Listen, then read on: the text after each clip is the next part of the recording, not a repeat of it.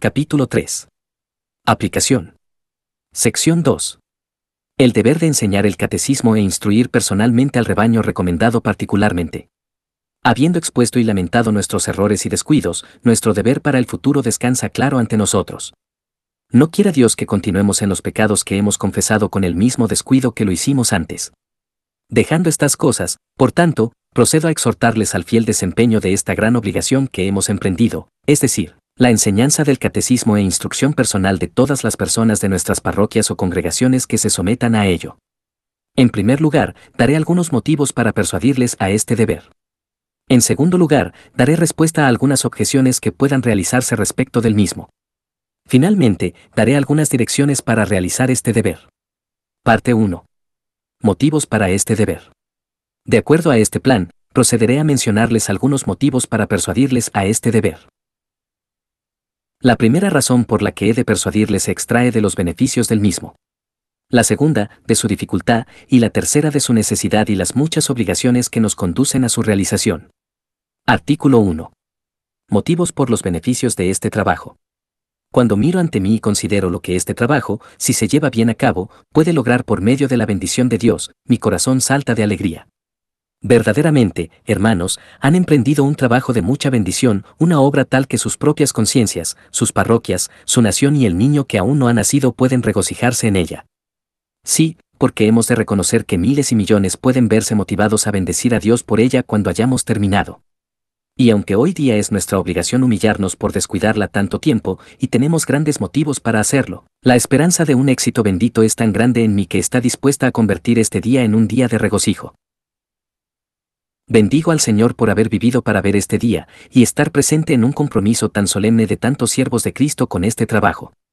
Bendigo al Señor por honrarles a ustedes en este condado para ser los iniciadores y despertar la nación a este deber.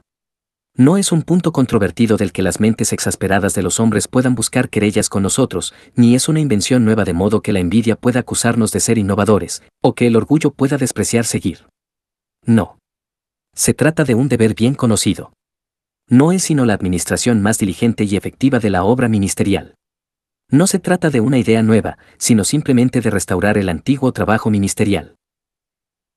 Y ya que es algo tan cargado de ventajas para la Iglesia, enumeraré algunos de los beneficios particulares que podemos esperar como resultado, para que cuando busquen su excelencia estén aún más dispuestos y se aborrezcan más a sí mismos por cualquier negligencia o falta que pueda frustrar o destruir este trabajo. Porque aquel que de verdad tiene las intenciones de un ministro de Cristo, ciertamente se regocijará de cualquier esperanza futura de lograr los fines de su ministerio, y nada puede ser más bienvenido que lo que haga avanzar aquello a lo que dedicó su vida. Ahora les mostraré más particularmente cómo este trabajo está calculado para cumplir con todo esto. 1. Será un esperanzador medio para la conversión de las almas, ya que reúne los grandes elementos que conducen a ese fin. 1. En cuanto a su contenido, serán las cosas más necesarias, los principios o elementos esenciales de la fe cristiana. 2. En cuanto a la forma, será mediante discurso privado, donde tendremos la oportunidad de dejar claro a la conciencia y el corazón el contenido. La obra de conversión consta de dos partes. Primero, el informar al entendimiento de los principios esenciales de la religión. En segundo, el cambio de la voluntad por la eficacia de la verdad. En la instrucción privada tenemos las más excelentes ventajas sobre ambas cosas. El tener un resumen del cristianismo fijado en sus memorias mostrará ser una excelente ayuda para informar sus entendimientos. Y, aunque las simples palabras, si no se entienden, no producirán ningún cambio, cuando las palabras son en lenguaje claro es más probable que el que las recibe entienda el significado y el contenido.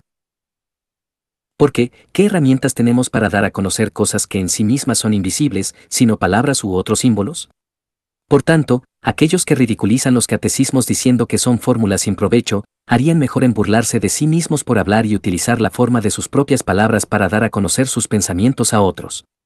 ¿Por qué no habrían de instruirles las palabras escritas, que están constantemente ante sus ojos y en sus memorias, tanto como las transitorias palabras de un predicador? Esta forma de sanas palabras está lejos de ser inútil como algunas personas imaginan.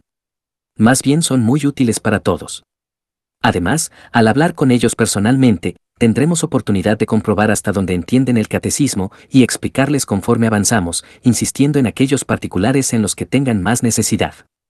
Estas dos cosas juntas, la forma de sanas palabras junto con una clara explicación, lograrán más que cada una de ellas por separado.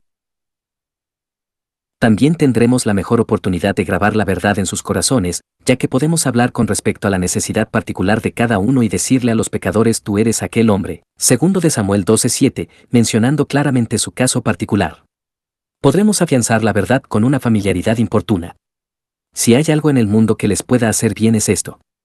Los que no pueden entender un sermón, entenderán un discurso familiar y tendrán más ayuda para aplicarlo a ellos mismos. También podremos escuchar sus objeciones y saber dónde Satanás tiene más ventaja sobre ellos, lo que dará oportunidad para mostrarles mejor sus errores y refutar sus objeciones, convenciéndoles de manera más efectiva. Podemos llevarlos al punto de que se comprometan a hacer cosas en un futuro, y que prometan utilizar los medios y reformarse, cuando de otra forma no podríamos. ¿Qué más pruebas necesitamos que nuestra propia experiencia? Son pocas las veces que trato con personas a propósito de esto en una charla seria en privado, pero, aparentemente, se marchan con convicciones y promesas de renovar su obediencia, y, si no, con un remordimiento más profundo y un sentir de su condición. Oh hermanos, qué golpe daremos al reino de las tinieblas si llevamos a cabo este trabajo fiel y hábilmente.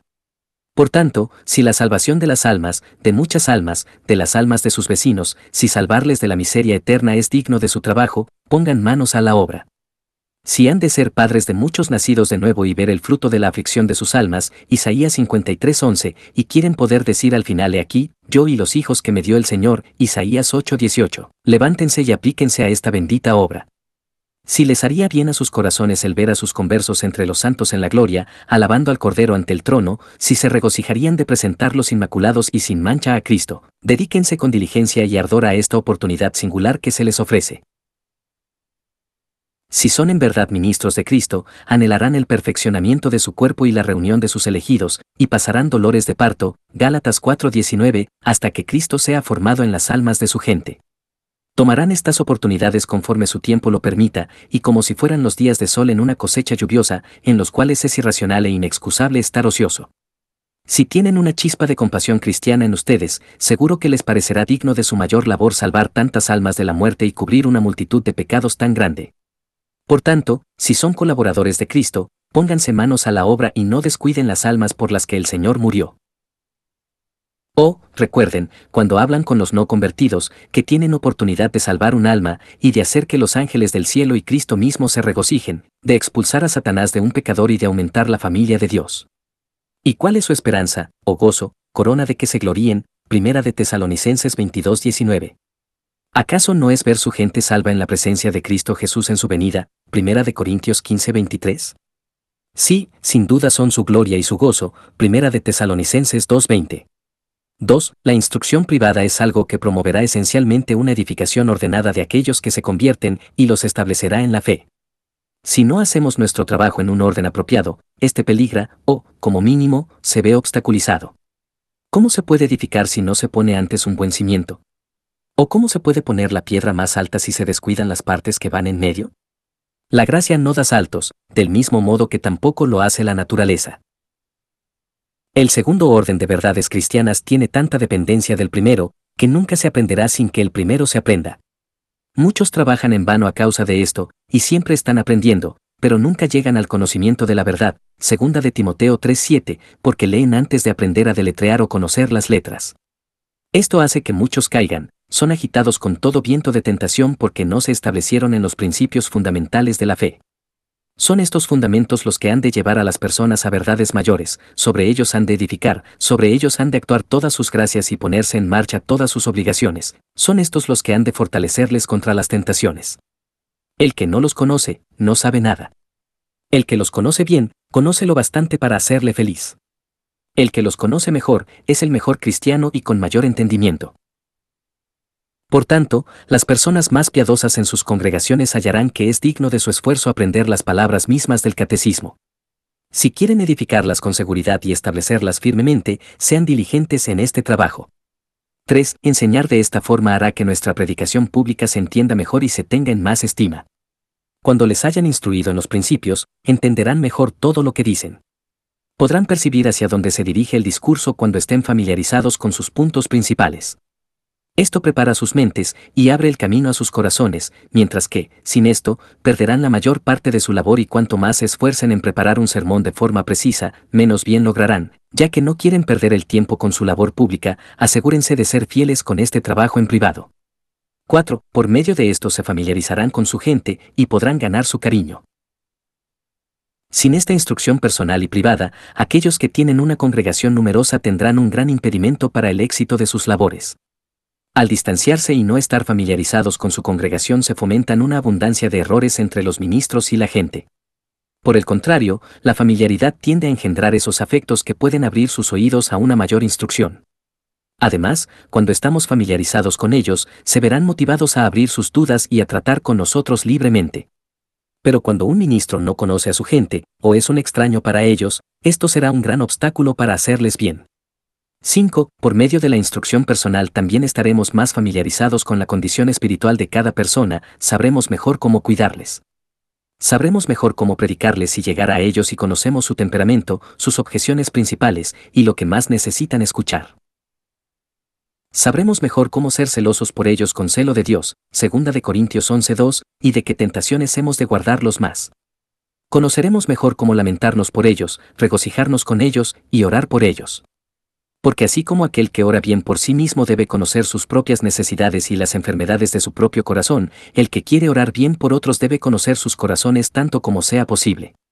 6. Por medio de esta prueba y familiarización con la condición de nuestra gente, tendremos mucha ayuda a la hora de admitirlos a los sacramentos. Aunque no dudo que un ministro puede requerir a su gente que acudan a él cuando les parezca conveniente para darles cuenta de su fe y desempeño, y para recibir instrucción, y que, por tanto, puede hacerlo como preparación para la cena del Señor, debido a que los ministros han puesto el énfasis de este examen sobre la necesidad de adecuarse para este sacramento, y no sobre su deber común de vigilar el estado y desempeño de cada miembro de su rebaño en todo tiempo, y también sobre la obligación del rebaño a someterse a la guía e instrucción de sus pastores en todo momento. Esto ha ocasionado que la gente, en ignorancia, esté reñida con sus exámenes.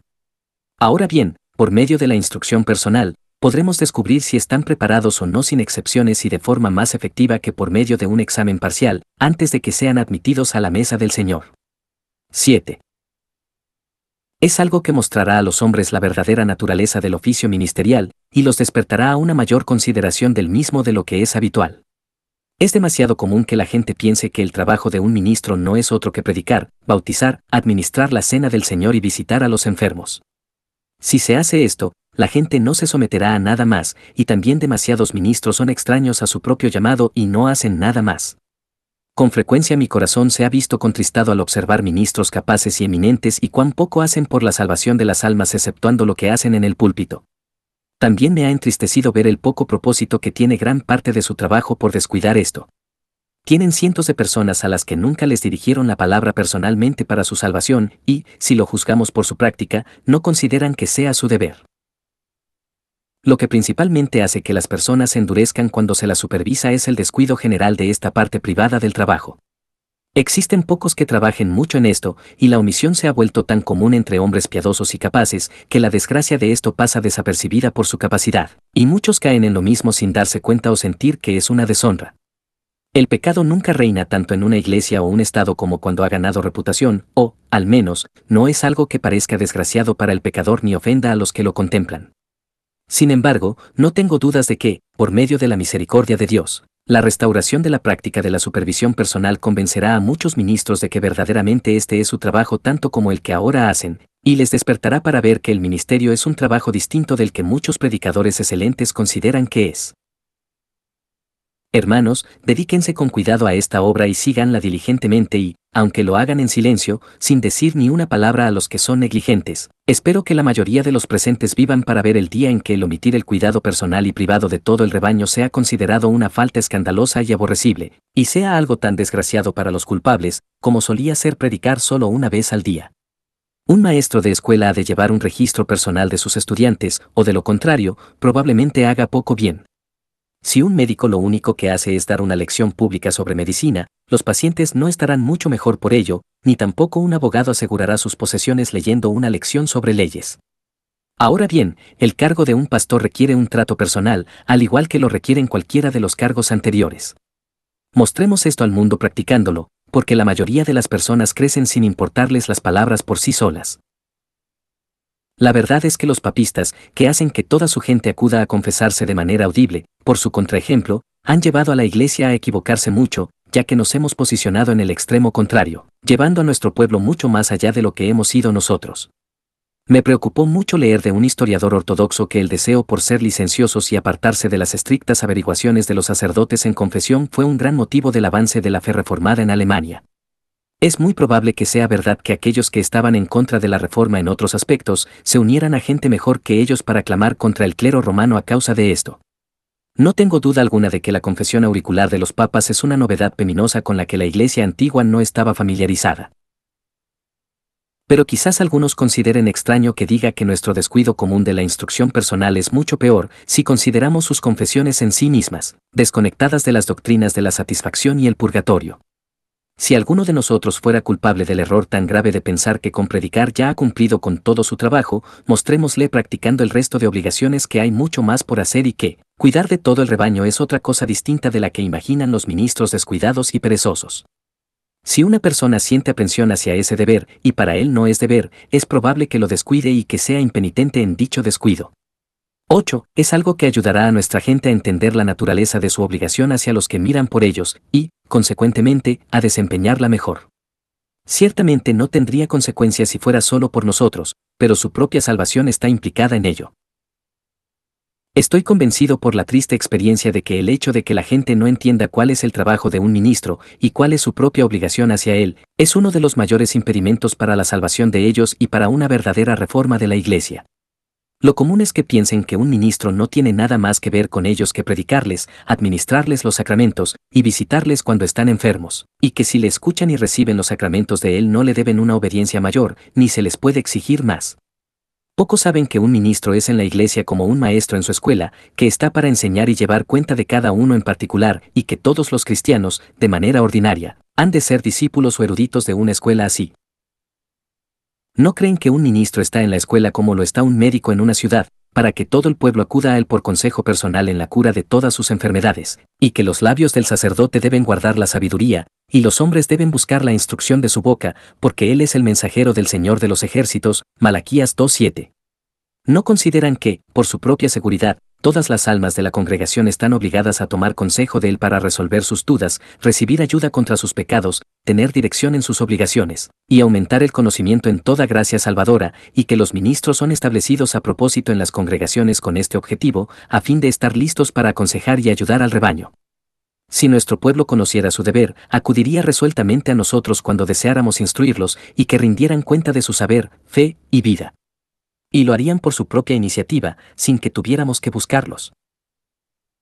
También llamarían con más frecuencia a nuestras puertas y pedirían ayuda y consejo para sus almas preguntando qué hemos de hacer para ser salvos. Hechos 16:30, mientras que ahora, la situación ha llegado a ser tan triste, que piensan que un ministro no tiene nada que ver con ellos, y si éste les amonesta, les llama a ser instruidos en el catecismo, o si les pide cuentas de su fe y desempeño, le preguntarán con qué autoridad hace esas cosas. Pensarán que es una persona entrometida a la que le encanta meterse donde no tiene nada que hacer, o alguien orgulloso, que quiere gobernar sobre sus conciencias. Y esto aunque podrían también preguntar con qué autoridad predica, ora o administra el sacramento. No consideran que nuestra autoridad no es sino para realizar nuestro trabajo, que es un poder para cumplir con nuestro deber, y que el trabajo que realizamos es para ellos. Así pues, es solo una autoridad para hacerles bien. Lo que dicen es tan necio como si pelearan con una persona que les está ayudando a apagar el fuego en sus casas, y le dijeran con qué autoridad haces esto. O como si una persona estuviera dando dinero para aliviar las necesidades de los pobres y les dijeran con qué autoridad nos piden que aceptemos este dinero. O aún como si ofreciera mi mano a alguien que se ha caído para ayudarle a levantarse, o a alguien que está en el agua para salvarlo de ahogarse, y me preguntara con qué autoridad lo haces. ¿Y qué es lo que ha llevado a nuestra gente a ignorar este deber sino la costumbre? Hablando claro y con sinceridad, hermanos, somos nosotros los culpables, porque no les hemos acostumbrado ni a ellos ni a nosotros mismos nada más que al trabajo común que realizamos en público. Podemos ver lo que hace la costumbre con las personas. Cuando existe una costumbre, como la hay entre los papistas, no dudan en confesar todos sus pecados al sacerdote, pero entre nosotros, desdeñan el recibir el catecismo o la instrucción porque no están acostumbrados. Se maravillan de ello como si fuera algo extraño y dicen que nunca se hizo algo así antes. Y si logramos prevalecer para hacer que esta obligación sea tan común como otras, será mucho más fácil hacer que las personas se sometan a ella que ahora. Qué feliz cosa sería si pudieran vivir para ver el día en que fuera ordinario para las personas de todas las edades acudir rutinariamente a sus ministros a pedir consejo y ayuda personal para su salvación, tal y como ahora es usual para ellos el acudir a la iglesia a escuchar un sermón o a recibir el sacramento. Nuestra diligencia en este trabajo es la forma de hacer que esto suceda. 9. Realizar este trabajo llevaría a los gobernantes de la nación a tener una visión más correcta acerca de la naturaleza y la carga del ministerio y asignarían más ayuda al mismo. Es un lamentable impedimento para la reforma de la Iglesia y la salvación de las almas que, en las ciudades más pobladas, solo exista un hombre o dos para cuidar muchos miles de almas, y que no existan trabajadores adecuados para la cantidad del trabajo, convirtiéndose en imposible el cumplir cualquier medida considerable de las obligaciones que los pastores fieles harían por todo el rebaño. A menudo he dicho, y todavía debo decirlo, que es una parte importante de la miseria de Inglaterra el que un gran grado de inanición espiritual reine en la mayoría de las ciudades y pueblos grandes de todo el país, incluso donde son insensibles a esto y piensan que están bien provistos. Vemos multitudes de pecadores ignorantes, carnales y sensuales a nuestro alrededor, una familia aquí y otra familia allá, y en aquel lado casi una calle completa o un pueblo de ellos. Nuestros corazones sienten lástima y vemos sus necesidades clamar en voz alta por nuestro pronto alivio, de forma que el que tiene oídos para oír necesita oírlo. Y, sin embargo, aunque estuviéramos tan dispuestos como nunca, no podemos ayudarlos, no solo por su obstinación, sino por nuestra falta de oportunidad también. Hemos visto por experiencia que si tuviéramos el lujo de hablarles y exponerles claramente su pecado y el riesgo que corren, habría grandes esperanzas de hacerles bien a muchos de ellos, que reciben poco por medio de nuestra enseñanza pública. Pero no podemos acudir a ellos porque otros trabajos más necesarios nos lo impiden. Como no podemos hacer ambas cosas al mismo tiempo, se ha de preferir nuestro ministerio público ya que podemos tratar con muchos al mismo tiempo. Y eso es todo lo que podemos hacer, realizar nuestro trabajo público o un poco más, y si nos quitamos el tiempo en el que comemos o dormimos, además de debilitar nuestros cuerpos por ello, no seríamos capaces, después de todo, de hablar a muchos de ellos. Así que tenemos que ver cómo perece la gente pobre, y no podemos hacer otra cosa que sentirlo por ellos y no podemos ni hablarles para emprender su recuperación. ¿No es una situación triste en una nación que se gloría de la plenitud del Evangelio? Un infiel diría que no, pero yo creo que nadie que crea en el gozo o tormento eterno podría dar una respuesta así. Les daré el ejemplo de mi propio caso. Somos 2 ministros y un tercero en una capilla, dispuestos a pasar cada hora de nuestro tiempo en la obra de Cristo. Antes de que tomáramos en nuestras manos este trabajo, nuestro horario estaba lleno, y ahora nos hemos comprometido a apartar 2 días cada semana, desde la mañana a la noche, para enseñar el catecismo e instruir de forma privada a las personas, de tal forma que cualquiera puede ver que hemos de dejar sin realizar toda otra obra que nos gustaría hacer en ese tiempo. Nos vemos obligados a llevar a cabo el trabajo público de la predicación con poca preparación y, de esa forma, tenemos que impartir el mensaje de Dios de forma tan cruda, confusa, y tan inapropiada para su dignidad y la necesidad de las almas de los hombres, que es algo que turba nuestras mentes al considerarlo y nos atribula cuando lo estamos haciendo. Y, sin embargo, así ha de ser. No hay remedio, a menos que omitamos esta instrucción personal, tendremos que correr al púlpito con poca preparación. Y no nos atrevemos a omitir esto, pues es un trabajo necesario y de gran importancia. Cuando hemos incurrido en todas las inconveniencias mencionadas y apartado 2 días completos a la semana para esta obra, todo lo que somos capaces de hacer es recorrer la parroquia completa una vez al año, ya que son unas 800 familias. Aún es peor, porque nos vemos forzados a hacerlo con brevedad y con menos eficacia para las personas que atendemos, al tener unas 15 familias a la semana. Que poco es hablar con alguien solo una vez al año, y con tanta superficialidad como nos vemos forzados a hacerlo en comparación con lo que requieren las necesidades.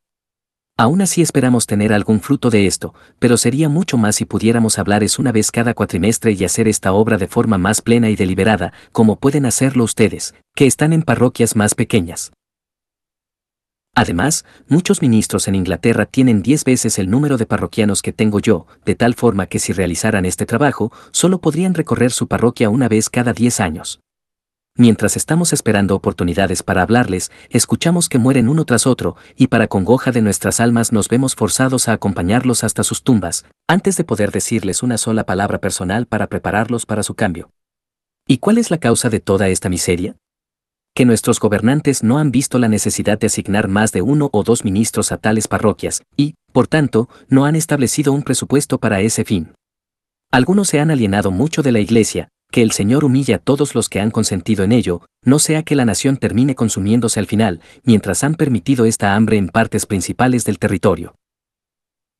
Es fácil separarse de la multitud, congregarse en iglesias distinguidas y dejar que el resto se hundan o naden, de modo que si no son salvadas por la predicación pública, se condenen. Pero creo que no es una pregunta difícil de responder si este es el camino más caritativo y cristiano. ¿Pero por qué motivo gobernantes sabios y piadosos son culpables de nuestra miseria y ninguno de nuestros clamores despierta su compasión? ¿Acaso son tan ignorantes que no saben estas cosas? ¿O se han vuelto tan crueles hacia las almas de los hombres o tan falsos de corazón hacia el interés de Cristo que han planeado dinamitar su reino? No, espero que no sea ninguna de estas cosas. Pero, por lo que he podido hallar, somos nosotros los culpables. Nosotros, los ministros del Evangelio, a los que deberían mantener. Porque aquellos ministros que tienen parroquias pequeñas y podrían realizar toda esta parte privada del trabajo, no lo hacen, o al menos son pocos los que lo llevan a cabo. Y aquellos que están en grandes pueblos y ciudades, y que podrían hacer algo, aunque no todo, no hacen nada o casi nada, sino lo que accidentalmente cae en su camino. De esta forma la atención de los magistrados no se despierta para observar o considerar la importancia de nuestro trabajo. O, si llegan a entender la utilidad del mismo, al ver que los ministros son tan descuidados y perezosos que no lo hacen, creen que es en vano el proveer un sustento para el mismo, ya que solo serviría para alegrar a perezosos zánganos. De esta forma piensan que, si mantienen a los ministros lo suficiente para predicar en el púlpito, ya han cumplido con su parte. Y así, se involucran en un pecado aborrecible, siendo nosotros la ocasión del mismo. Por el contrario, si nos dedicamos de corazón a este trabajo y mostramos al magistrado que es una parte importante y necesaria de nuestra ocupación, haciendo ver que lo llevaríamos a cabo completamente si pudiéramos y hubiere suficientes manos, el trabajo podrá continuar, y así cuando veamos el feliz éxito de nuestras labores, no hay duda de que por el temor de Dios en ellos, si tienen algún amor por su verdad y las almas de los hombres, extenderían su mano para ayudar y no dejarían perecer a las personas por falta de alguien que pueda hablarles para prevenirlo.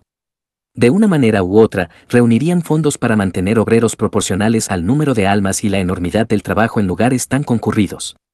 Que vean que nos echamos sobre el trabajo y que prospera en nuestras manos como sin duda sucederá si está bien administrado, con la bendición de Dios. Entonces sus corazones querrán promoverlo y, en lugar de unir parroquias para disminuir el número de maestros, las dividirán para que haya más maestros por parroquia.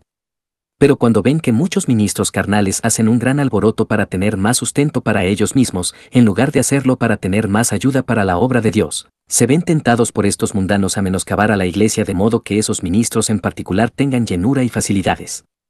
10. Realizar este trabajo sería algo que facilitaría mucho la obra ministerial en sucesivas generaciones. La costumbre, como he dicho antes, inclina mucho a la multitud, y aquel que rompe por primera vez una costumbre destructiva es el que ha de soportar la mayor parte de la indignación. Ahora bien, alguien debe hacerlo. Si no lo hacemos, es algo que recaerá sobre nuestros sucesores, ¿y cómo podemos esperar que ellos sean más resistentes, resueltos y fieles de lo que lo somos nosotros? Somos nosotros los que hemos visto los pesados juicios del Señor, y los que le hemos escuchado rogar a la tierra con fuego y espada. Somos nosotros mismos los que hemos estado en el horno y deberíamos ser los mejor refinados. Somos nosotros los que estamos obligados en más profundidad mediante pactos y juramentos, mediante maravillosas liberaciones, experiencias y misericordias de todo tipo. Y si aún así nos retraemos y volvemos nuestra espalda demostrando falsedad de corazón, ¿por qué deberíamos esperar algo mejor de ellos, que no han sido afligidos con los mismos azotes que nosotros, ni han sido arrastrados por tales cuerdas? Sin embargo, si resultan ser mejores que nosotros, el mismo odio y oposición que evitamos ahora habrá de recaer sobre ellos después, e incluso incrementado. Y todo por nuestra negligencia, ya que la gente les dirá que nosotros, sus predecesores, no hicimos tales cosas. No obstante, si somos nosotros los que rompemos el hielo para los que vendrán detrás, sus almas nos bendecirán y nuestros nombres serán queridos para ellos, puesto que sentirán los felices frutos de nuestra labor cada día cuando la gente dispuestamente se someta a su instrucción, examen en privado y a la disciplina. Todo porque nosotros ya los habremos familiarizado con ello, eliminando el prejuicio y quebrantando la maligna costumbre que nuestros predecesores causaron. De esta forma podremos hacer mucho por la salvación de muchos miles de almas en los siglos por venir, así como en la época presente en que vivimos. 11. Es algo que conduciría a un mejor ordenamiento de las familias y a pasar mejor el día de reposo. Una vez que consigamos que los señores de las familias examinen a sus hijos y siervos cada día del Señor y les hagan repetir algo del catecismo y algunos pasajes de las Escrituras, hallarán que esto es un empleo muy provechoso, mientras que, de otra forma, quedarían ociosos o emplearían mal el tiempo. Muchos cabezas de familia, que tienen poco conocimiento, pueden ser dirigidos a hacer esto por otros. De esta forma, incluso se enseñarán ellos mismos. 12. Esto haría bien a muchos ministros, que tienen la inclinación de estar ociosos y malgastar su tiempo en discursos, negocios, viajes o recreaciones innecesarios. Les haría ver que no tienen tiempo que perder en tales cosas, y, así, cuando estén realizando este trabajo tan apremiante y elevado, se curarán de toda su ociosidad y pérdida de tiempo. Además, esto atajará el escándalo que suele seguirle, ya que la gente está predispuesta a decir que tal ministro pasó su tiempo jugando a los bolos u otro deporte, o realizando vanos discursos, así que ¿por qué no van a hacer ellos lo mismo? Emprendamos diligentemente esta parte de nuestro trabajo y luego veamos si podemos hallar tiempo libre para vivir ociosamente o de forma voluptuosa y mundana. 13. Sería algo que produciría muchos beneficios personales. Ayudaría a someter nuestras propias malas inclinaciones, así como a ejercitar y aumentar nuestras gracias. Nos concederá mucha paz en nuestras conciencias y nos consolará cuando revisemos nuestra vida pasada. El pasar mucho tiempo motivando a otros al arrepentimiento y a tener una mentalidad celestial puede hacer mucho para avivarla en nosotros. Clamar contra el pecado de otros e involucrarnos en la lucha contra él, dirigiéndoles a superarlo, hará que nos avergoncemos de nuestro propio pecado, y la conciencia apenas nos permitirá vivir en medio de aquello en lo que insistimos tanto en apartar a otros. Nuestra constante trabajo para Dios, ocupando nuestras mentes y lenguas contra el pecado, y a favor de Cristo y la santidad, ayudará mucho a vencer nuestras inclinaciones carnales, tanto por mortificación directa como porque desviará nuestros pensamientos, no dejando espacio ni tiempo a nuestras fantasías para su antigua ocupación. Todas las austeridades de monjes y ermitaños, que se vuelven adictos a una soledad sin provecho y que piensan salvarse ellos mismos descuidando en mostrar compasión a otros, no se acercan a la verdadera obra de mortificación como lo hace este fructífero trabajo por Cristo. 14. Instruir a la gente personalmente en el Evangelio también será de algún beneficio porque nos apartaremos nosotros mismos y a nuestra gente de vanas controversias. Evitaremos dedicar nuestra atención y celo en asuntos de fe de orden menor, que no conducen tanto a la edificación espiritual. Mientras nosotros estamos ocupados en la enseñanza y ellos en aprender las verdades fundamentales del Evangelio, distraeremos nuestras mentes y lenguas y tendremos menos espacio para ocuparnos de cosas pequeñas. De esta manera se sanarán nuestras disputas, así como las discusiones entre ministros y otras personas. El motivo por el que hacemos lo que no deberíamos y no necesitamos, es porque no hacemos con diligencia lo que debemos y es necesario. 15. Además, extendiendo los beneficios antes mencionados, el objetivo de este trabajo es reformar y salvar a todas las personas de nuestras muchas parroquias. No debemos dejar fuera a ninguno que quiera someterse a ser instruido, y, aunque apenas podemos esperar que todos sean salvos y se reformen por ello, tenemos razón para esperar que, ya que nuestro intento es universal, el éxito será más general y extenso de lo que hemos visto hasta ahora en nuestras otras labores.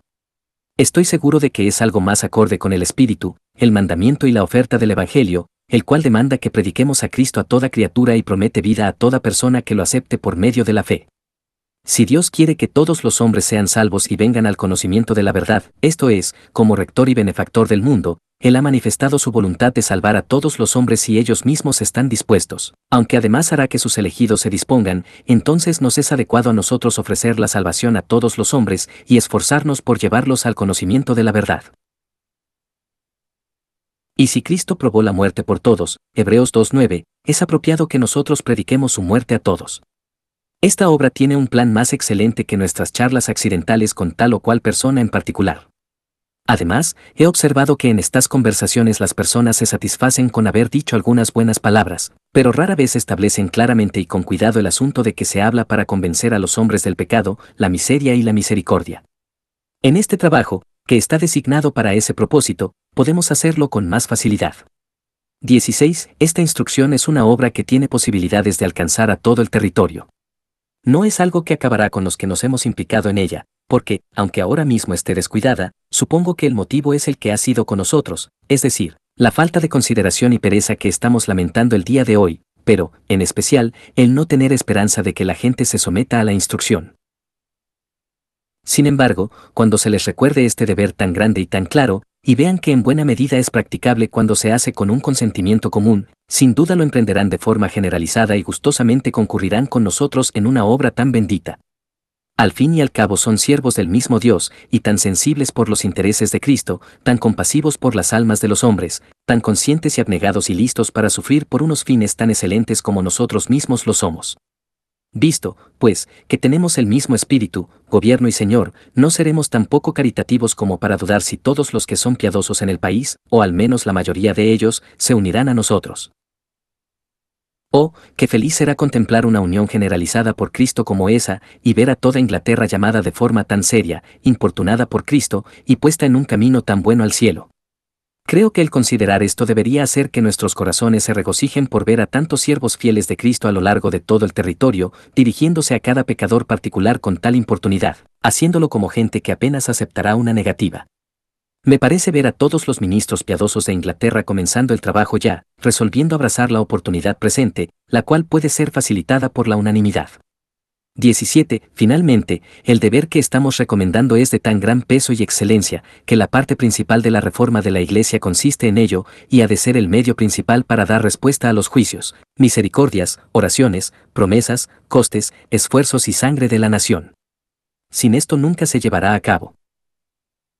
Los fines de la reforma nunca podrán lograrse correctamente. Nunca se obtendría una reforma del propósito, y la Iglesia continuará decaída.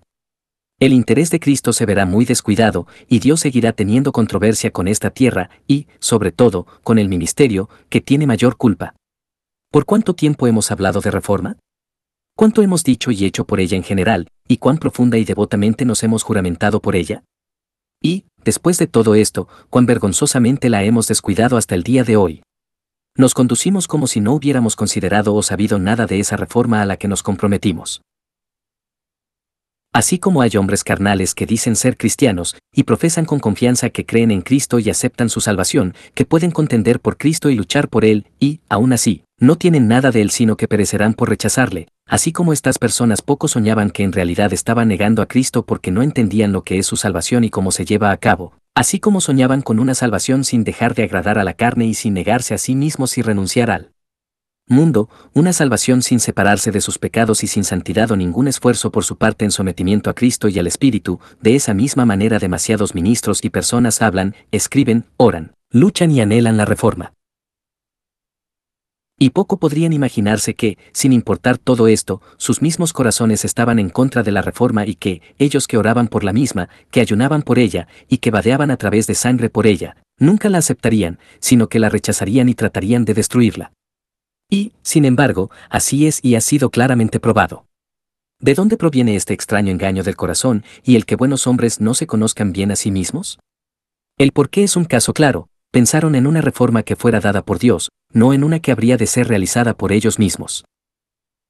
Consideraron la bendición, pero nunca pensaron en los medios para cumplirla, sino que esperaban que todas las cosas debieran ser reparadas sin ellos, que el Espíritu Santo debiera descender de nuevo milagrosamente, que cada sermón debería convertir a sus miles, que algún ángel del cielo o algún Elías hubiera de ser enviado a restaurar todas las cosas, o que la ley del parlamento y la espada del magistrado debiera convertir o restringir a todos, llevando a cabo la obra. Poco pensaban en una reforma que debiera llevarse a cabo por su propia diligencia y labor incansable, por medio de una predicación y enseñanza bíblica fervorosa, por medio de instrucción personal, de tener cuidado de todo el rebaño, sin importar los dolores o reproches que pudieran costarles. No pensaron en que una reforma completa multiplicaría su trabajo. Sin embargo, todos nosotros tuvimos también pensamientos carnales creyendo que, cuando tuviéramos a los hombres impíos a nuestra merced, todo estaría hecho, y vencerlos sería convertirlos, como si así pudiéramos asustarlos para entrar en el cielo. No obstante, el asunto es bien distinto, y si hubiéramos sabido cómo se debe conseguir la reforma, quizás algunos habrían sido más fríos a la hora de buscarla. Sé que los trabajos futuros parecen poca cosa desde la distancia, cuando lo único que hacemos es escuchar y hablar de ellos. Pero, cuando se acercan y hemos de poner nuestras manos a la obra, cuando tenemos que ponernos la armadura y cargar a través de las dificultades más espesas y contrarias, entonces la fortaleza y sinceridad del corazón es puesta a prueba, y se deja ver lo que se prometió y se propuso antes. Para muchos de nosotros, la reforma es como el Mesías era para los judíos. Antes de que llegara, lo buscaban y lo anhelaban. Se jactaban de él y se regocijaban en su esperanza. Pero cuando llegó, no podían soportarlo, sino que lo aborrecían y no creían que fuera él. Por eso lo persiguieron y lo mataron, para confusión y maldición del cuerpo principal de la nación. Vendrá súbitamente a su templo el Señor a quien vosotros buscáis, y el ángel del pacto, a quien deseáis vosotros. ¿Y quién podrá soportar el tiempo de su venida? ¿O quién podrá estar en pie cuando Él se manifieste? Porque Él es como fuego purificador, y como jabón de lavadores. Y se sentará para afinar y limpiar la plata, porque limpiará a los hijos de Leví, los afinará como a oro y como a plata, y traerán a Jehová ofrenda en justicia. Malaquías 3:1-3. Y la razón fue porque era otro tipo de Cristo distinto al que los judíos estaban esperando. Estaban esperando uno que les trajera riquezas y libertad, y hasta el día de hoy profesan que nunca creerán en ninguno que no sea así. De un mismo modo sucede con muchos acerca de la reforma. Esperaban una reforma que les trajera más riqueza y honor del pueblo, que les diera poder para forzar a los hombres a hacer lo que quisieran, y lo que ven ahora es una reforma que los obliga a ser más condescendientes y pasar más molestias de las que tenían antes. Pensaban en tener bajo sus pies a los que se oponían a la piedad, pero ahora ven que tienen que acercarse a ellos con humildes súplicas, poner las manos bajo sus pies si esto les hiciera algún bien, y rogar mansamente a aquellos que querían acabar con sus vidas, convirtiendo en su tarea diaria el ganarlos por medio de la amabilidad y del amor. Oh, cuántas expectativas carnales se ven truncadas. Artículo 2. Motivos por las dificultades del trabajo.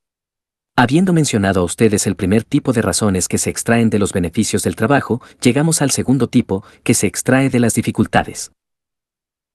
Si se tomaran estos por sí solos, podrían ser más bien motivos en contra del trabajo, pero tomándolos junto con los anteriores y los que le siguen, la situación cambia mucho, ya que estas dificultades han de animarnos a una mayor diligencia en esta obra necesaria.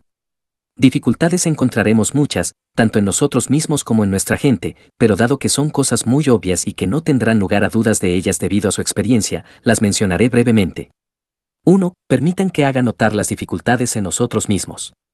1. En nosotros existe mucha dureza y pereza, de tal forma que no nos será fácil ser fieles en un trabajo tan duro. Como el perezoso en una cama, que sabe que debería levantarse y aún así se retrasa y se queda acostado tanto tiempo como pueda, así somos con las obligaciones a las que nuestra corrupta naturaleza es adversa. Esto nos obligará a emplear todas nuestras fuerzas. La pereza, por sí sola, atará las manos de muchos. 2. Tenemos de base una disposición a agradar a los hombres, que hará que dejemos perecer a la gente antes de perder su amor, permitiéndoles irse tranquilamente al infierno para no enfadarles buscando su salvación. Además estamos dispuestos a aventurarnos a desagradar a Dios y arriesgar la miseria eterna de nuestro pueblo antes que atraernos su mala voluntad. Hemos de resistir con diligencia esta falta de disposición. 3. Muchos de nosotros también tenemos una necia timidez que nos hace retroceder a la hora de comenzar a hablar claramente. Somos tan modestos que nos sonrojamos al hablar por Cristo o contradecir al diablo, o al salvar un alma, mientras que, al mismo tiempo, nos avergüenza menos hacer trabajos que sí son vergonzosos. 4. Somos tan carnales que nos vemos arrastrados a ser infieles para la obra de Cristo por nuestros intereses personales. No vaya a ser que hagamos algo que disminuya nuestros ingresos o nos acarree problemas haciendo que la gente se ponga en nuestra contra, o cosas similares. Todo esto requiere que seamos diligentes en resistir. 5. El mayor impedimento de todos es que somos débiles en la fe.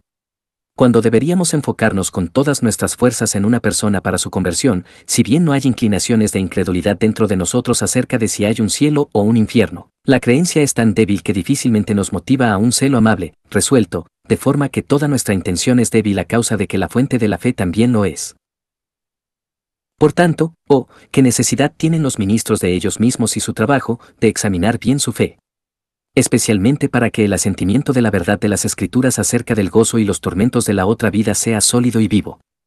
6. Finalmente, por lo general tenemos una gran falta de capacidad y adecuación para este trabajo. A. Cuán pocos son los que saben cómo tratar a un hombre ignorante y mundano para su conversión. Conseguir penetrar y vencer, adecuar nuestro discurso a su condición y temperamento, elegir los mejores temas y seguirlos con una santificada mezcla de seriedad, temor, amor, mansedumbre y atractivos evangélicos. ¿Quién es adecuado para tal tarea? Por experiencia, me parece un asunto tan difícil hablar correctamente con una persona tan carnal para hacer que cambie, como predicar los sermones que ordinariamente predicamos. Y eso si no es aún más difícil. Todas estas dificultades en sí mismas deberían despertarnos a una resolución, preparación y diligencia santas, de modo que no nos veamos superados por ellas y obstaculizados en el trabajo. 2. Habiendo hecho notar estas dificultades en nosotros, mencionaré ahora algunas dificultades con las que nos encontraremos en nuestra gente. 1. Muchos de ellos se negarán obstinadamente a ser enseñados, y menospreciarán el acudir a nosotros como si fueran demasiado buenos para enseñarles el catecismo, o demasiado viejos para aprender. Esto será así a menos que tratemos con ellos con sabiduría, tanto en público como en privado, y que estudiemos, por la fuerza de la razón y el poder del amor, para vencer su perversidad. 2. Muchos de los que estén dispuestos serán tan torpes que apenas podrán aprenderse una hoja del catecismo en mucho tiempo, y, debido a eso, se mantendrán apartados y avergonzados de su ignorancia, a menos que seamos sabios y diligentes para motivarles. 3. Y, cuando vengan, es tan grande la ignorancia y la incapacidad para entender de muchos de ellos, que encontrarán que les será difícil hacerse entender. Así pues, si no son poseedores del feliz arte de explicar las cosas con sencillez, los dejarán tan ignorantes como antes. 4. Y aún más difícil encontrarán llevar las cosas a sus corazones y adentrarlas tanto en sus conciencias como para producir un cambio salvador, que es nuestro gran objetivo, y sin el cual nuestra labor se pierde. Oh, qué bloque, qué roca es un corazón carnal y endurecido. ¿Con cuánta fuerza resistirá las persuasiones más poderosas y escuchará hablar de la vida y muerte eterna como si no fueran nada? Por tanto, si no ejercen una gran seriedad y fervor, si no usan un contenido poderoso y una expresión adecuada, ¿qué bien pueden esperar? Y, cuando hayan hecho todo, el Espíritu de gracia ha de realizar la obra. Pero así como Dios y los hombres usualmente eligen instrumentos adecuados para la naturaleza del trabajo o el objetivo que pretenden, el espíritu de sabiduría, vida y santidad normalmente no trabaja por medio de instrumentos necios, muertos y carnales, sino por persuasiones de luz, vida y pureza que son más semejantes a Él y más adecuadas a la obra que se ha de realizar por ellos. 5. Finalmente, cuando hayan producido algunas impresiones deseables sobre sus corazones, si no las vigilan y tienen un cuidado especial por ellas, sus corazones pronto volverán a su anterior dureza, y sus antiguas compañías y tentaciones destruirán todo de nuevo. Resumiendo, todas las dificultades del trabajo de conversión que suelen tener con su gente están ante nosotros en nuestra presente obra. Artículo 3. Motivos por la necesidad del trabajo. La tercera clase de motivos surgen de la necesidad del trabajo. Porque, si no fuera necesario, los perezosos podrían sentirse desmotivados en lugar de emocionados por las dificultades ahora mencionadas. Pero debido a que ya me he alargado más de lo que tenía intención de hacerlo, solo les daré unos breves indicios de los motivos generales de esta necesidad. 1. Es un deber necesario para la gloria de Dios. Ya que todo cristiano vive para la gloria de Dios, tomamos con agrado el curso que más efectivamente la promueva. ¿Por qué persona no se esfuerza por lograr su objetivo? Oh, hermanos, si ponemos esta obra en marcha en todas las parroquias de Inglaterra y hacemos que nuestra gente se someta a ella, y luego la buscamos con habilidad y celo nosotros mismos, cuánta gloria sería para la nación, y cuánta gloria, por medio de ella, redundaría en Dios. Si nuestra común ignorancia fuera erradicada y nuestra vanidad y ociosidad se convirtieran al estudio del camino de vida, y cada tienda y hogar estuvieran ocupados en aprender las escrituras y catecismos, hablando la palabra y obras de Dios, qué deleite tendría Dios en nuestras ciudades y nuestro país. Incluso moraría en nuestras habitaciones y las convertiría en su deleite. Es la gloria de Cristo la que brilla en sus santos, y toda gloria de ellos es su gloria. Por tanto, aquello que los honra en número o excelencia, le honra a Él. ¿No se mostrará maravillosamente la gloria de Cristo en la Nueva Jerusalén, cuando descienda del cielo en todo ese esplendor y magnificencia con la que se describe en el libro de Apocalipsis?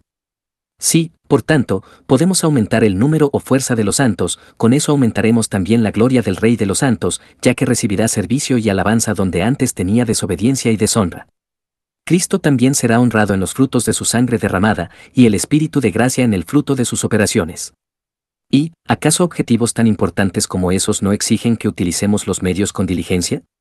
Cada cristiano está obligado a hacer todo lo que pueda por la salvación de otros, pero cada ministro está doblemente obligado, ya que ha sido apartado para el Evangelio de Cristo, y ha de entregarse completamente a esa obra. Es innecesario hacerse más preguntas acerca de nuestra obligación cuando sabemos que este trabajo es necesario para la conversión y salvación de nuestra gente, y que, en general, se nos ordena hacer todo lo que sea necesario para lograr esos fines, y hasta tanto como nos sea posible. Si los no convertidos necesitan conversión, espero que no sea algo que se dude entre nosotros. Y el discernir si este es un medio para ella, y uno muy necesario, la experiencia por sí sola puede ponerlo más allá de toda duda si no tuviéramos ninguna otra cosa. Que aquellos que se han esforzado más en público examinen a su gente y prueben si muchos de ellos no son tan ignorantes y descuidados como si nunca hubieran escuchado el Evangelio. Por mi parte, estudio para hablar de manera conmovedora, y con tanta claridad como me es posible. Este es mi estudio principal, junto con el que hago para hablar la verdad, y aún así, con frecuencia me encuentro con personas que han sido mis oyentes durante 8 o 10 años y que no saben si Cristo es Dios u hombre, o se sorprenden cuando les cuento la historia de su nacimiento, vida y muerte como si no la hubieran escuchado antes. Y, de entre aquellos que conocen la historia del Evangelio, qué pocos son los que saben de la naturaleza de la fe, arrepentimiento y santidad que se requiere, o al menos quien conoce sus propios corazones. Y, sin embargo, la mayoría de ellos tienen una infundada confianza en Cristo, esperando que éste los perdone, justifique y salve cuando es el mundo el que posee sus corazones y ellos viven para la carne. Consideran que esta confianza es la fe que justifica. He hallado por experiencia que algunas personas ignorantes, que han sido oyentes de poco provecho durante largo tiempo, han tenido más conocimiento y arrepentimiento de conciencia en media hora de discurso privado de lo que lo tuvieron en 10 años de predicación pública. Sé que predicar el Evangelio públicamente es el medio más excelente, porque hablamos a muchos a la vez. Pero con frecuencia es mucho más efectivo predicarlo en privado a un pecador particular como si se hiciera para uno mismo, porque hasta el hombre que se expresa con más claridad apenas puede hablar en público lo suficientemente claro para que lo entiendan, pero en privado podemos hacerlo mucho más. En público no utilizaremos expresiones tan familiares, ni repeticiones como requiere la dureza de los oyentes, pero en privado podemos hacerlo. En público nuestros discursos son largos y sobrepasamos sus entendimientos y sus memorias, confundiéndolos y dejándolos perdidos, sin que sean capaces de seguirnos, de modo que no saben lo que hemos dicho. Pero en privado podemos realizar nuestro trabajo de cerca y llevar a nuestros oyentes con nosotros, y, por nuestras preguntas y sus respuestas, saber hasta dónde nos han entendido y qué tenemos que hacer a continuación. En público, tan solo por la longitud y el hablar perdemos su atención, pero cuando se convierten en interlocutores, podemos hacer que atiendan con facilidad. Además, tenemos la oportunidad de dar respuestas a sus objeciones de mejor manera y comprometernos con promesas antes de marcharnos, que es algo que no podemos hacer en público. Concluyo, por tanto, que la predicación pública no será suficiente, porque aunque puede ser un medio efectivo para la conversión de muchos, no son tantos al final como la experiencia y la asignación que Dios hace de otros medios nos puede asegurar. Estudiarán y predicarán mucho con pocos resultados si descuidan este deber. 2. Este deber es necesario para el bienestar de nuestra gente. ¿Hermanos pueden mirar con fe a la miseria de su gente y no percibir su llamado pidiendo ayuda? No existe un pecador de cuyo caso no tendrían compasión para ayudarlo a un precio mucho mayor que este. ¿Pueden soportar verlos, como el hombre herido junto al camino, y pasar de largo sin misericordia? ¿Pueden escucharlos clamar como el hombre de Macedonia a Pablo en visiones ven a ayudarnos, Hechos 16:9, y negarles la ayuda? Se les ha confiado el cargo de un hospital donde alguien languidece en un rincón y otro gime en otro clamando, oh, ayúdenme, tengan piedad de mí por amor del Señor, y donde aún un tercero es un loco rabioso y se destruiría a sí mismo y a ustedes, y se sentarán ustedes sin hacer nada negando su ayuda. Si de alguien que no ayuda a las personas en cuanto a lo corporal se puede decir el que tiene bienes de este mundo y ve a su hermano tener necesidad, y cierra contra él su corazón, como mora el amor de Dios en él. Primera de Juan 3:17, ¿cuánto se dirá de aquel que no ayuda a las almas? No son ustedes monstruos, no son hombres tan endurecidos, sino que tienen piedad del leproso, del desnudo, del encarcelado y el desolado. Tienen lástima de aquel que está atormentado de fuertes dolores y enfermedades, y no sentirán compasión de un pecador ignorante, endurecido, alguien que habrá de ser cortado de la presencia del Señor y yacer bajo su ira sin remedio, si un arrepentimiento rápido no lo previene. Oh, ¿qué corazón será el que no puede sentir lástima de alguien así? ¿Cómo he de llamar al corazón de tal persona? Un corazón de piedra, una roca de adamanto, un corazón de tigre, o, más bien, el corazón de un infiel, porque seguramente si creyese en la miseria de los impenitentes, no es posible que no sintiese lástima por él. Pueden decirle a la gente desde el púlpito que ciertamente serán condenadas si no se arrepienten, y aún así no tener lástima de ellas cuando les han proclamado un peligro así. Y si sí sienten lástima, ¿no harán este poco por su salvación? ¿Cuántos alrededor de ustedes se están apresurando ciegamente a la perdición, mientras su voz es el medio asignado para despertarles y reclamarlos para Dios?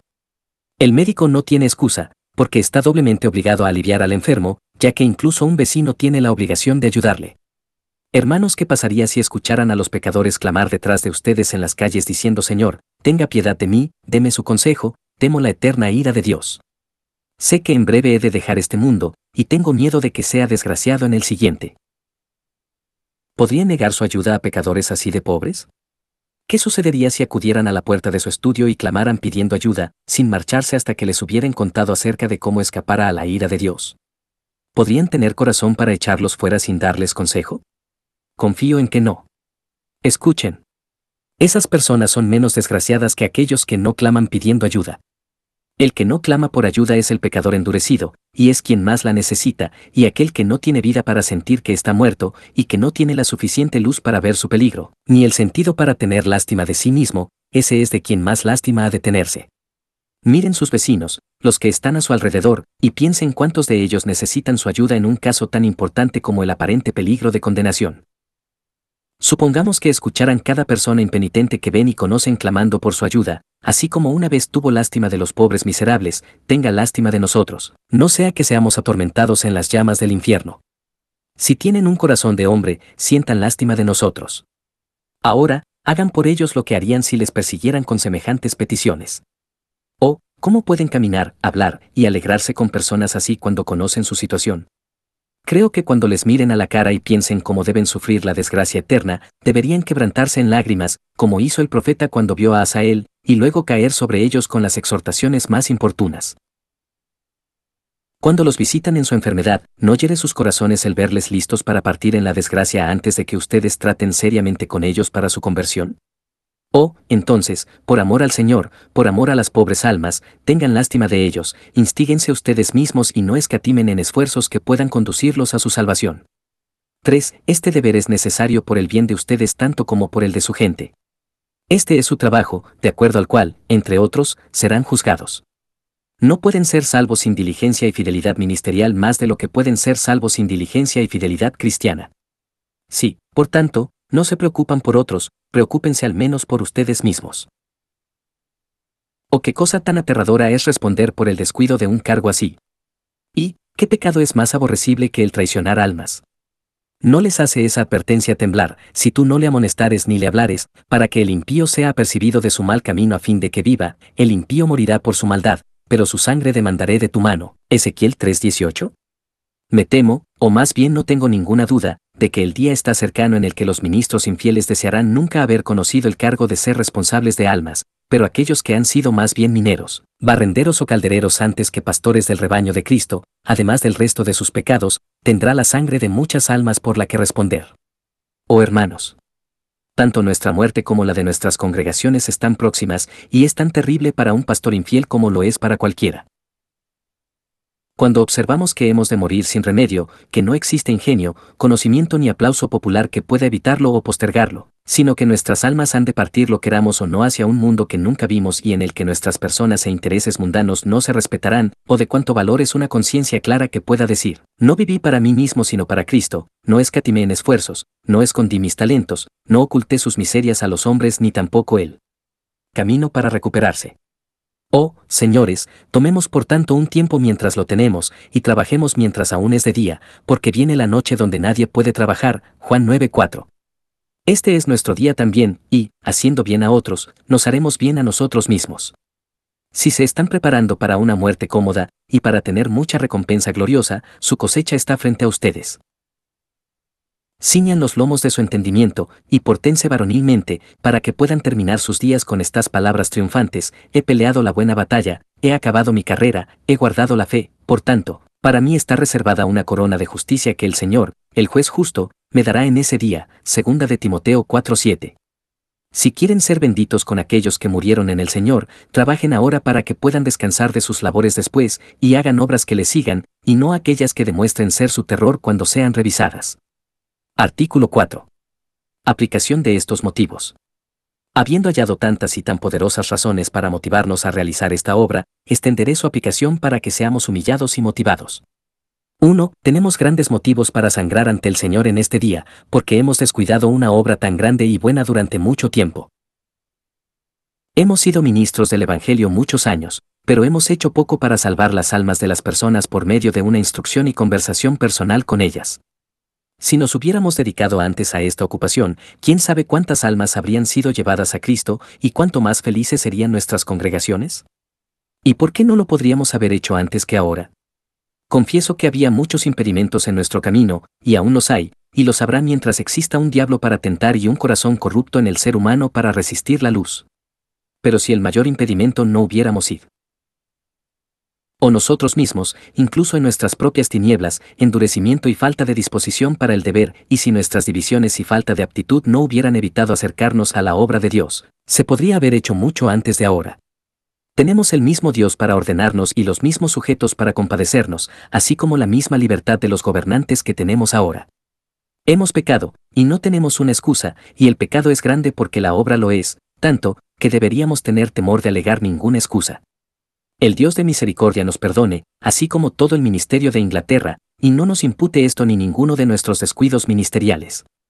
O, si Él cubriese toda nuestra infidelidad y, por la sangre del pacto eterno, nos limpiara de nuestra culpa por la sangre de las almas, de forma que cuando el jefe de los pastores aparezca, podamos estar en pie en paz delante de Él, sin ser condenados por esparcir su rebaño.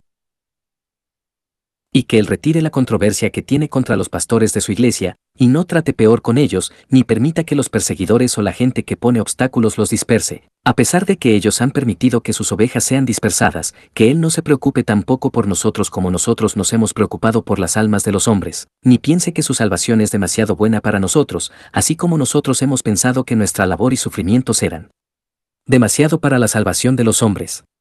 Ya que hemos tenido muchos días de humillación en Inglaterra por los pecados de la tierra y los juicios que han recaído sobre nosotros, espero que estemos dispuestos a escuchar que Dios humillará más plenamente el ministerio, haciéndoles lamentar sus propias faltas y apartando algunos días para ello, para que no piensen que es suficiente con lamentar los pecados de otros mientras pasan por alto los suyos propios. Espero que Dios no aborrezca nuestras solemnes humillaciones nacionales por estar dirigidas por guías sin humildad, y que podamos perseverar por un perdón para nosotros mismos, de modo que podamos estar más preparados para rogar por el perdón de otros.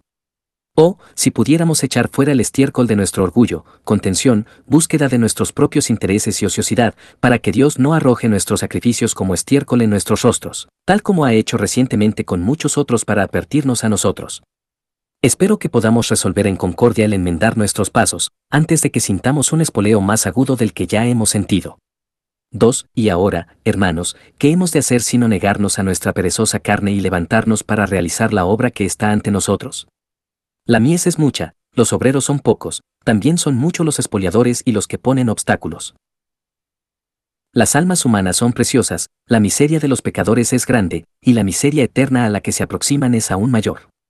Los gozos del cielo son inconcebibles, el consuelo de un ministro fiel no es pequeño, y el gozo de un éxito extendido sería una recompensa plena.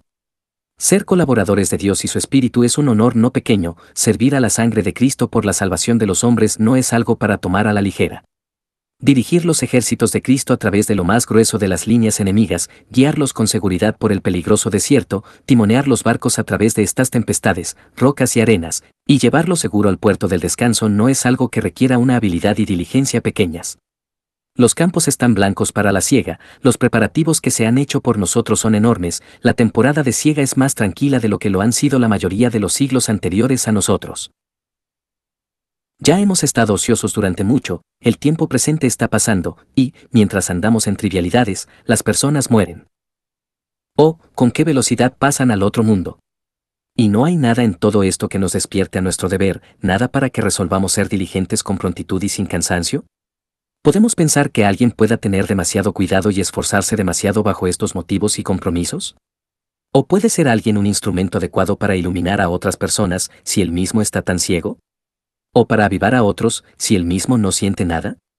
Señores, ustedes que son hombres de sabiduría, que no son tan cerrados como la gente común, ¿acaso necesitamos amontonar un montón de palabras para persuadirles a que cumplan con un deber conocido y de tanta importancia?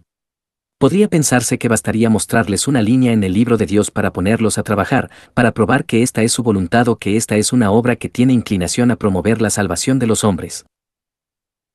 Podríamos pensar que, solo con ver a sus pobres vecinos sería motivo suficiente para estimularlos a los esfuerzos más compasivos para ayudarles. Si una persona lisiada pone al descubierto sus heridas y le muestra sus miembros incapacitados, esto les conmovería más allá de las palabras. ¿Y no hará lo mismo el caso de las almas que están cerca de la condenación? Oh feliz iglesia, si los médicos no solo se sanaran a ellos mismos, y si no tuvieran tanta infidelidad y estupidez contra lo que predicamos a otros a diario, si estuviéramos más seriamente persuadidos de aquello que persuadimos a otros, y más profundamente afectados con las maravillosas cosas con las que podemos afectarlos. Si hubiera impresiones tan claras sobre nuestras almas de esas cosas gloriosas que predicamos a diario, ¿qué cambio sería en nuestros sermones y en el curso privado de nuestras vidas? Oh, qué cosa tan miserable es para la iglesia y para ellos mismos que los hombres prediquen del cielo y el infierno antes de creer firmemente que estas cosas existen o de sentir el peso de las doctrinas que predican. A un hombre sensible le asombraría pensar en los asuntos que predicamos y de los cuales hablamos, lo que es para el alma pasar de esta carne y aparecer frente a un Dios justo, para entrar en un gozo o en un tormento inmutables. Oh, con qué asombrosos pensamientos comprenden estas cosas los que están muriendo. ¿Cómo deberían predicarse y discutirse estos asuntos? La gravedad, seriedad, la incesante diligencia que requieren estas cosas.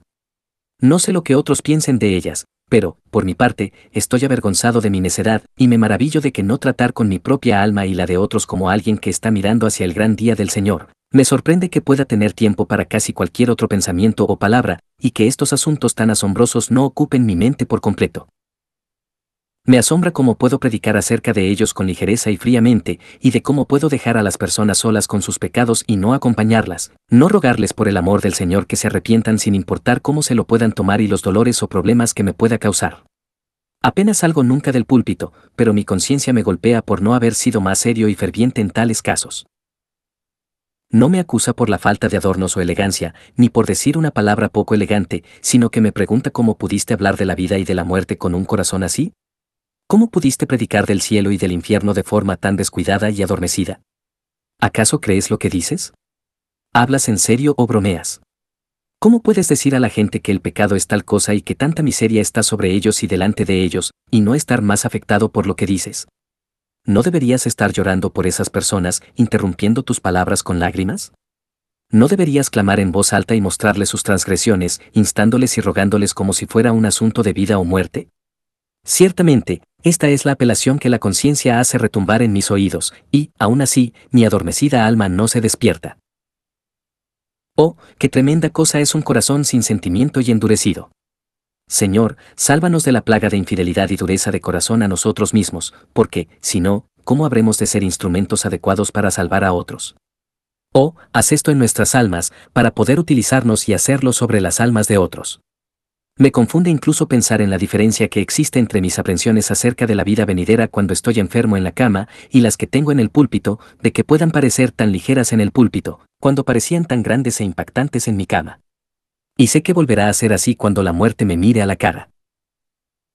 A pesar de que diariamente sé y pienso en esa hora que se aproxima, esos pensamientos no hacen que recobre la aprensión de esos momentos. Oh, señores, seguramente, si hubieran conversado con una muerte próxima con tanta frecuencia como lo he hecho yo, y hubieran recibido esa sentencia en ustedes tan a menudo, tendrían una conciencia intranquila o su vida se habría reformado en cuanto a la diligencia y fidelidad ministeriales, y tendrían algo en su interior que les haría con frecuencia preguntas tales como estas: ¿es esta toda la compasión que tienes por los pecadores perdidos? ¿No harás nada más para buscarles y salvarles? ¿No está ahí este y aquel? ¿Cuántos hay a tu alrededor? ¿No son hijos de muerte que están a la vista? ¿Qué les has dicho o has hecho por su conversión? ¿Morirán y estarán en el infierno antes de que les digas una palabra en serio para evitarlo? Te maldecirán allí por siempre. ¿Por no haber hecho más para salvarles en su momento? Estos gritos de la conciencia retumban diariamente en mis oídos, aunque bien sabe el Señor que los he obedecido poco. Que me perdone su misericordia, y me despierte a mí junto con el resto de sus siervos que han sido igual de pecaminosamente negligentes. Confieso para mi vergüenza que rara vez escucho sonar las campanas por alguien que ha muerto, sin que la conciencia me pregunte, ¿qué has hecho para salvar esa alma antes de que abandonara el cuerpo? Allá va otro más hacia el juicio que hiciste para prepararle para ese juicio, y aún así, he sido perezoso y me he retraído de ayudar a los que sobreviven. ¿Cómo pueden, cuando están llevando a un cuerpo a la sepultura, pensar otra cosa que no sea, aquí yace el cuerpo pero ¿dónde está el alma? ¿Qué he hecho yo antes de que se marchara? Era parte de mi obligación, ¿qué cuentas puedo rendir por ello? Oh, señores, ¿acaso es un asunto pequeño el responder preguntas como estas? Puede parecerlo así ahora, pero la hora viene cuando no será así. Si nuestros corazones nos condenan, mayor que nuestros corazones es Dios, primera de Juan 3:20, y nos condenará mucho más, incluso con otro tipo de condenación distinto al de la conciencia. La voz de la conciencia es suave, su sentencia es amable en comparación con la voz y la sentencia de Dios.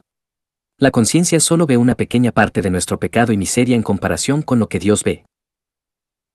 ¿Qué montañas parecerán estas cosas a sus almas, cuando ahora solo ven colinas? ¿Qué vigas serán estas en sus ojos, que ahora solo ven motas, si las ven con una luz más clara, sin atreverme a decir verlas tal y como Dios las ve? Podemos con facilidad apelar la causa con nuestra conciencia, y, o bien sobornarla o soportar su sentencia, pero no es tan fácil tratar con Dios, ni es tan fácil soportar su sentencia. Así que, recibiendo nosotros un reino inconmovible, tengamos gratitud, y mediante ella sirvamos a Dios agradándole con temor y reverencia, porque nuestro Dios es fuego consumidor, Hebreos 12:28 y 29. Sin embargo, para que no digan que los estoy asustando con pesadillas y que les estoy hablando de peligros y terrores que no existen, les mostraré aquí la certeza de esa condenación que probablemente recaiga sobre los pastores negligentes, particularmente en por aquellos que estarán dispuestos a levantarse contra nosotros y condenarnos, si después de esto descuidamos voluntariamente esta gran obra. 1. Nuestros padres, que nos destinaron al ministerio, nos condenarán y dirán: Señor, los entregamos a tu servicio y lo tomaron a la ligera, sirviéndose a ellos mismos. 2. Los maestros que nos enseñaron, nuestros tutores que nos instruyeron, las escuelas y universidades donde vivimos, y todos los años que pasamos en estudio, se levantarán en juicio contra nosotros y nos condenarán. ¿Por qué? ¿Para qué era todo esto si no para la obra de Dios? 3. Nuestro aprendizaje, conocimiento y dones ministeriales nos condenarán, porque ¿con qué objetivo fuimos partícipes de esto sino para la obra de Dios? 4. El haber tomado voluntariamente el cargo de cuidar de las almas nos condenará, porque toda persona ha de ser fiel a la confianza del cargo que ha tomado.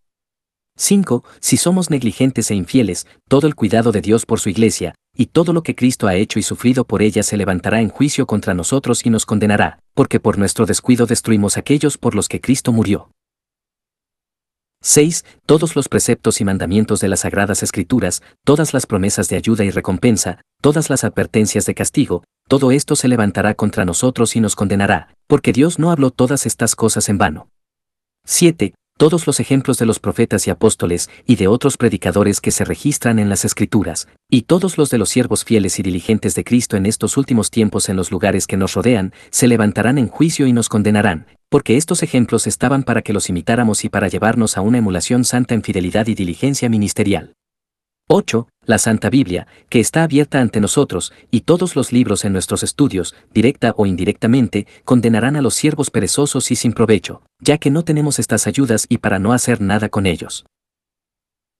9. Todos los sermones que predicamos para persuadir a las personas de que obren su salvación con temor y temblor, para que pongan con violencia sus manos sobre la corona de la vida, y para que tomen el reino de Dios con violencia, todos los sermones para que se esfuercen por entrar por la puerta estrecha y para que corran de forma que obtengan el galardón, todo esto se levantará contra los infieles y los condenarán.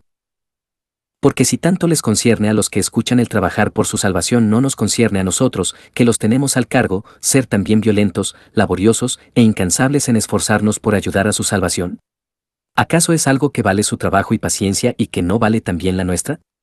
10. Todos los sermones que les predicamos para hacerles ver la maldad del pecado, el peligro del estado natural, la necesidad de un Salvador, los gozos del cielo y los tormentos del infierno, así como la verdad de la religión cristiana, se levantarán en juicio contra los infieles y les condenarán. Y será una triste reseña contra ellos cuando se vean forzados a pensar: les hablé de tan grandes peligros y esperanzas en público, y no hice más en privado para ayudarles. ¿Cómo es posible que les hablara diariamente de condenación y aún así les dejará correr hacia ella con tanta facilidad? ¿Cómo es posible que les hablara de una gloria así y apenas les hablé una palabra de forma personal para ayudarles a acercarse a ella? ¿Acaso eran estos asuntos tan grandes cuando estaba en la iglesia y tan pequeños cuando regresaba a casa? Será terrible condenarnos así a nosotros mismos. 11. Todos los sermones que hemos predicado para persuadir a otros a esos deberes, a exhortarse unos a otros como vecinos diariamente, a que los amos y padres enseñen a sus niños y siervos el camino al cielo, se levantarán en juicio contra los infieles y los condenarán. ¿Por qué persuadirán a otros para que hagan aquello que ustedes no hacen tanto como pueden? Cuando les amenazan por descuidar su obligación, cuanto más no están amenazando las almas de ustedes. 12. Todo el sustento que tomamos para nuestro servicio nos condenará si somos infieles, porque ¿quién pagará a un siervo por tomar deleite o sentarse ocioso, o por trabajar para sí mismo? Si tenemos la lana, ciertamente hemos de cuidar al rebaño, y al tomar el sueldo, nos obligamos a trabajar. 13. Todo el testimonio que hemos dado contra los ministros escandalosos y negligentes de esta época, y todos los esfuerzos que hemos empleado para que sean quitados, condenarán a los infieles, porque Dios no hace acepción de personas. Si continuamos en los pecados de ellos, Dios y otros nos condenarán por imitarlos. Y, aun cuando no seamos tan malos como ellos, es triste incluso parecernos. 14. Todos los juicios que Dios ha ejecutado en estos tiempos y ante nuestros propios ojos contra los ministros negligentes, nos condenarán si somos infieles. ¿Ha hecho el que hiedan los pastores ociosos y los haraganes sensuales y nos honrará a nosotros si somos ociosos y sensuales? Los ha desarraigado y arrojado de sus habitaciones y de sus púlpitos, y dejado postrados como muertos mientras están todavía vivos, convirtiéndolos en un refrán y burla en la tierra, ¿y nos atreveremos a imitarles? ¿Acaso no son los sufrimientos de ellos advertencias para nosotros? ¿Y acaso no les sucedió todo esto como ejemplo para nosotros? Si existe cualquier cosa en el mundo que despierte a los ministros a la abnegación y la diligencia, pienso que hemos visto lo suficiente para emprenderla. ¿Habrían imitado al antiguo mundo si hubieran visto el diluvio que lo ahogó? ¿Se habrían permitido los pecados de Sodoma, ociosidad, orgullo y abundancia de pan, si hubieran estado cerca y hubieran visto las llamas que la consumían ascendiendo hacia el cielo? ¿Quién habría sido un Judas si lo hubiera visto colgado y reventado al caerse? ¿Y quién habría sido un hipócrita sacrílego y mentiroso si hubiera visto morir a Ananías y Zafira? ¿Quién no habría tenido temor de contradecir el Evangelio si hubiera visto a Elimas golpeado con la ceguera? ¿Quién habría demostrado ser un ministro ocioso que busca su propio provecho si hubiera visto a Dios arrancando estos ministros del templo y barriéndolos como suciedad hacia los canales? No lo quiera Dios. Porque entonces, cuán grandes y numerosas serían nuestras condenaciones. 15. Finalmente, todos los días de ayuno y oración que, en los últimos años, se han guardado en Inglaterra para que exista una reforma. Se levantarán en juicio contra los no reformados, que no se persuaden de realizar la parte dolorosa del trabajo. Esto agrava pesadamente nuestro pecado y me hace temblar el pensar en ello. ¿Hubo alguna vez una nación sobre la faz de la tierra que siguiera a Dios en ayuno y oración tan solemnemente como lo hemos hecho nosotros? Antes de que comenzara el Parlamento, cuán frecuentes y fervientes éramos en secreto. Después de eso, durante muchos años juntos, tuvimos un ayuno mensual ordenado por el Parlamento además de ayunos frecuentes tanto en público como en privado en otras ocasiones. ¿Para qué fue todo esto? Cualquiera que fuesen los medios que por algún tiempo buscamos, el fin de todas nuestras oraciones fue la reforma de la Iglesia. Y entre ello especialmente estas dos cosas, un ministerio fiel y un ejercicio de la disciplina en la Iglesia. ¿Y acaso entró en el corazón de nuestra gente, o incluso en los nuestros, que, cuando tuviéramos todo lo que queríamos y el asunto fuera puesto en nuestras manos, para hacer todo el esfuerzo que pudiéramos y ejercitar toda la disciplina que quisiéramos, no haríamos nada además de predicar en público? ¿Qué no tomaríamos el esfuerzo de instruir en la fe al pueblo de forma personal ni ejercitar ninguna parte considerable de la disciplina en absoluto? Me asombra el pensar en ello. ¿Qué profundidad de engaño es el corazón del hombre? En aquel entonces le dije a muchos soldados y otros hombres carnales que, aunque ellos habían luchado por la reforma, estaba seguro de que la aborrecerían y serían sus enemigos cuando la vieran y la experimentaran. Pensaba que el yugo de la disciplina pinzaría sus cuellos y que, cuando se tratara con ellos de forma personal y se les instruyera, reprendiéndoles por su pecado en privado y en público, cuando fueran llevados a la confesión y arrepentimiento delante del pueblo, o cuando se les evitara por impenitentes, acabarían despreciando y desechando la reforma, creyendo que el yugo de Cristo era una tiranía. Pero poco pensaba que los ministros dejarían que todo eso decayera, y no impondrían casi ninguna de estas cosas sobre ellos, sino que los dejarían tranquilos para no desagradarles, dejándolos actuar como siempre.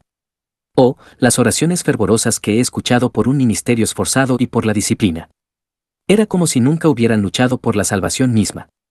Sí, solían llamar a la disciplina el reino de Cristo y el ejercicio de su soberano oficio en su iglesia, y así predicaban y oraban por ello, como si establecer la disciplina fuera establecer el reino de Cristo. ¿Y acaso pensé que luego se negarían a ponerla en marcha cuando pudieran hacerlo? ¿Cómo es esto? ¿Es que el reino de Cristo es algo indiferente? Si el Dios del cielo, que conoce nuestros corazones, en medio de nuestras oraciones y clamores hubiera dado esta respuesta en uno de nuestros ayunos públicos o mensuales con su aterradora voz, y hubiera dicho a la audiencia de la asamblea, ustedes, pecadores de corazón engañoso. ¿Qué hipocresía es esta de cansarme con vuestros clamores por aquello que no querríais tener si os lo concediese, y, de esta forma, levantar sus voces por aquello que aborrecen sus almas? ¿Qué es la reforma sino instruir y persuadir importunamente a los pecadores para que reciban a Cristo y la gracia cuando se les ofrece y gobernar mi iglesia de acuerdo a mi palabra? Sin embargo, no están convencidos de estas cosas que son su trabajo, ya que las encuentran problemáticas y no las agradecen. Cuando las entregue, no es a mí, sino a ustedes mismos a quienes servirá de beneficio, y habré de ser tan ferviente en persuadirles para que reformen la iglesia, para que cumplan con su propio deber, como ahora lo son ustedes conmigo para que les conceda libertad para realizar la reforma. Y, cuando todo esté preparado, lo dejarán sin hacer, y pasará un largo tiempo antes de que se persuadan de realizar mi obra.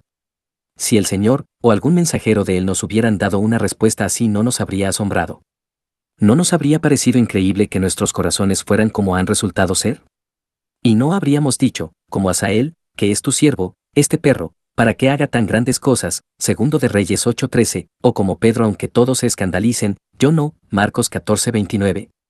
Bien, hermanos, la triste experiencia nos ha mostrado nuestra fragilidad. Nos hemos negado a realizar la parte problemática y costosa de la reforma por la que orábamos.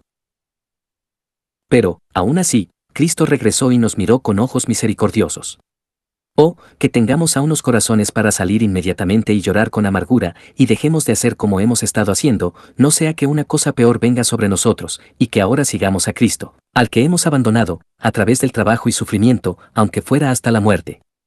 Así, les he mostrado lo que puede suceder si no se aplican fielmente a este trabajo al que están obligados y comprometidos, así como lo inexcusable que sería nuestro descuido y la grande y múltiple condenación a la que nos expondríamos. Ciertamente, hermanos, si yo no comprendiera que la obra es de gran urgencia para ustedes, para el pueblo, y para la honra de Dios, no les habría molestado con tantas palabras acerca de ello, ni me habría atrevido a hablar con tanta dureza como lo he hecho. Pero cuando la cuestión es de vida o muerte, los hombres a menudo olvidan su reverencia, cortesía, cumplidos y buenas formas. Por mi parte, comprendo que este es uno de los trabajos mejores y más grandes sobre los que nunca en mi vida he puesto en mis manos, y pienso verdaderamente que si sus pensamientos acerca de ello fueran como los míos, no pensarían que mis palabras son demasiado agudas o abundantes. Puedo recordar bien el tiempo en el que era muy ferviente por la reforma de los asuntos ceremoniales, y si ahora hubiera de ser tan frío en un asunto tan sustancial como este, cuán desordenado y desproporcionado sería mi celo. ¿Podemos acaso pensar que ha llegado la reforma cuando realizamos unas pocas ceremonias, cambiamos alguna vestimenta, gestos y formas? Oh, no, señores. Nuestro trabajo es la conversión y salvación de las almas. Esa es la parte principal de la reforma, la que hace un mayor bien y la que más tiende a la salvación de las personas. Y ahora, hermanos, la obra está delante. Consiste en la instrucción personal de todo el rebaño, así como en la predicación pública. Otros ya han hecho su parte y llevado su carga, y ahora les toca a ustedes. Pueden ver con facilidad cuán grande es el asunto que descansa en sus manos, y cuántas personas se verán perjudicadas si fallan en su deber, así como cuántos se perderán si no realizan su labor.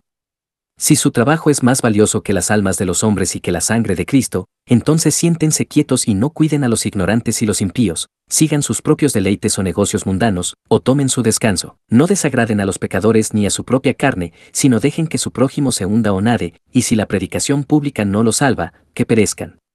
Pero si el caso es muy diferente, mejor miren a su alrededor.